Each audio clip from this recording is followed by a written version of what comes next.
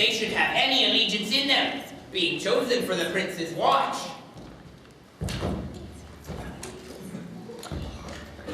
Well, give them their charge, neighbor Dogberry. First, who think you the most desertedless man to be constable? Hugh Oatcake, sir, or George Seacole, for they can read and write. Come hither, neighbor Seacole. God hath blessed you with a good name. To be well-favored man is the gift of fortune, but to write and read comes by nature. Both which, Master Constable? You have. I knew it would be your answer. Well, for your favor, sir, why, give God thanks, but make no boast of it. And for your writing and reading, let that appear when there is no need of such vanity. You are thought here to be the most senseless and fit man to be constable of the watch. Therefore, bear you the lantern.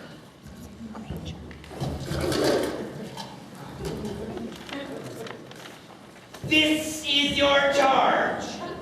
You are to comprehend all vagrom men.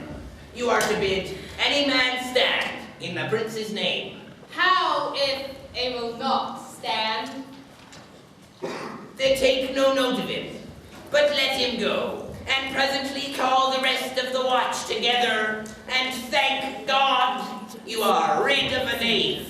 If he will not stand when he is bidden, he is none of the prince's subjects. True, and they are to meddle with none but the prince's subjects.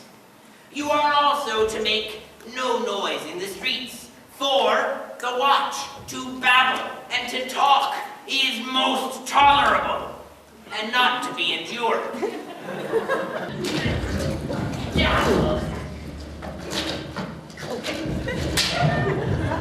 We would rather sleep than talk, for we know it belongs to watch. You speak like an ancient and most quiet watchman, for I cannot see how sleeping should offend. Only have a care, your bills be not stolen. You are to call at all the alehouses and bid those that are drunk get them to bed.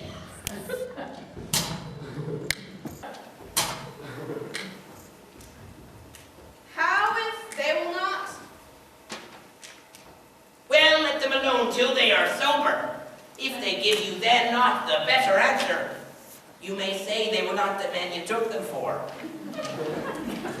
Well, If you meet a thief in the night, you may suspect him by the virtue of your office to be no true man. And for such kind of men, the less you meddle or make with them, why, the more is for your honesty. if we know him to be a thief, shall we not lay hands on him? Truly, by your office you may, but I think they that touch pitch be defiled. The most peaceable way for you, if you do take a thief, is to let him show himself for what he is, and steal out of your company. You have always been called a most merciful man, partner. Truly, I would not hang a dog by my will, much more a man who hath any honesty in him. If you hear a child cry in the night, you must call the nurse and bid her still it. How if the nurse be asleep and will not hear us? Then depart in peace, and let the child wake her with crying. For the ewe that will not answer its lamb when it baas will never answer a calf when it bleats. It is very true. This is the end of the charge. You, constable, are to present the prince's own person. If you meet the prince in the night, you may stay him. Nay, by Our Lady, never think of him not. 5 shillings to 1 off with any man who can tell me the statutes by which he may stay him.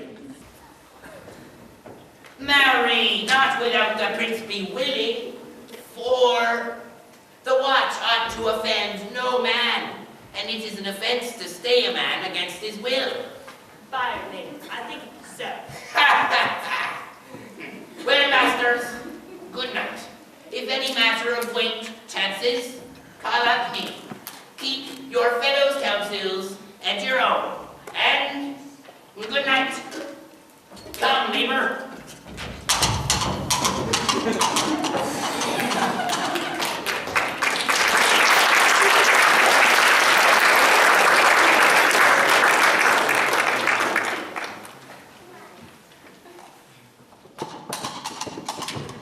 One word more, honest neighbors. I pray you watch about Signor Leonato's door. For, the wedding being there tomorrow, there is a great coil tonight. Adieu. Be vigilant, I beseech you.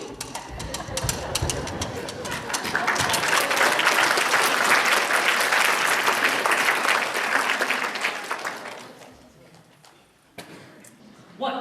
Conrad! Peace, Sir John. Conrad, I say, here, man! I'm at thy elbow.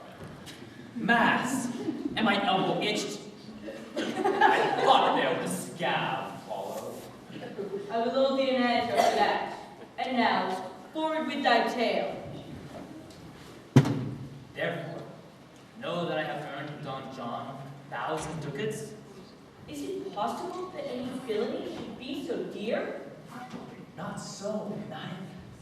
But know I have tonight wooed Margaret by the name of Hero. She leans me out at her mistress's chamber window, bids me 1,000 times good night. I tell this tale vilely. I should first tell thee how the Prince Claudio, my master, possessed, planted, and placed by my master, Don John, saw far off in the orchard this amiable encounter. And thought they Margaret was Hero.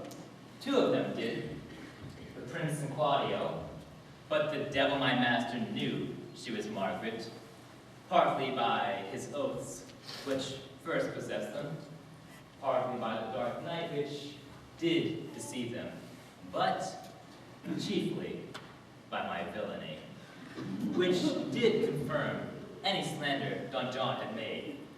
Away when Claudio, enraged, swore he would meet her as it was appointed next morning at the temple, and there, before the whole congregation, shame her with what he saw ere night, and send her home again without a husband.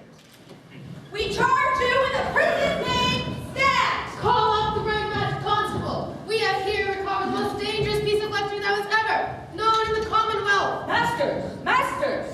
Never speak we charge you. Let us obey you to go with us. We are like to prove a goodly commodity being taken up of these men's bills. A commodity in question, I'll warrant you. Come, we'll obey you.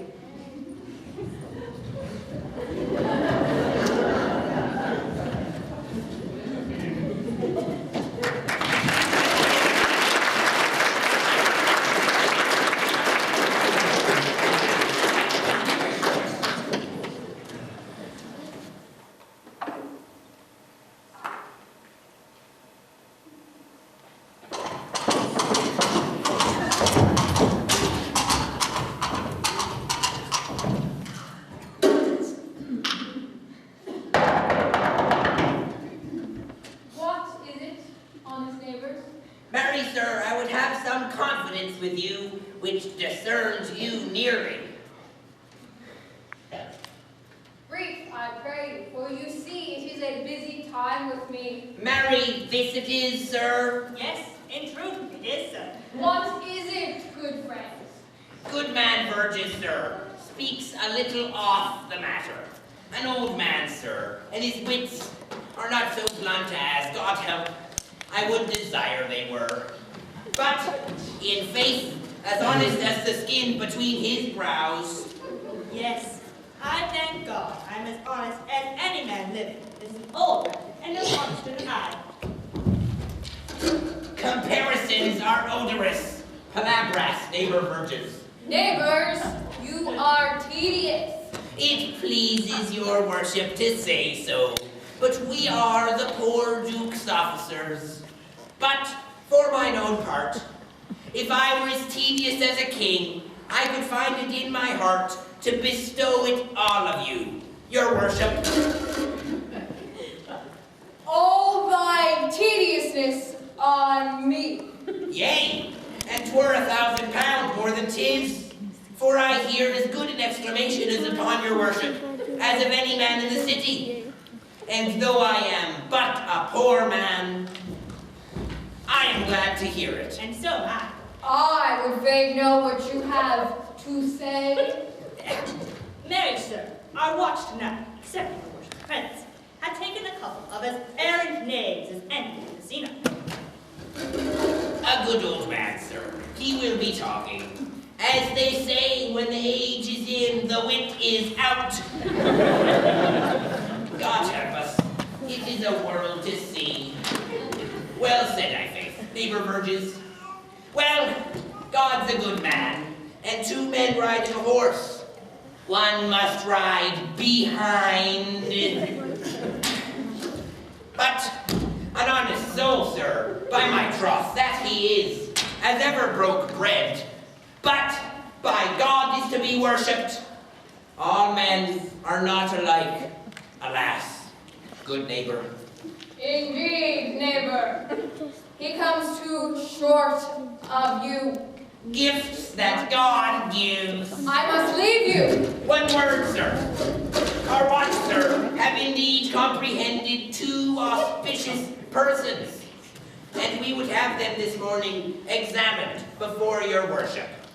Take the examination yourself and bring it to me. I am now in great haste, as it may appear unto you. It shall be suffigant. Drink some wine ere you go. Fare ye well. My lord, they stay for you to give your daughter to her husband. I'll wait upon them. I am ready. Go, good partner. Go get you Francis Seacole. Bid him bring his pen and inkhorn to the jail. We are now to examination these men. And we must do it wisely. I'll spare for no wit, I'll warrant you. Here's that shall drive some of them to a non-com.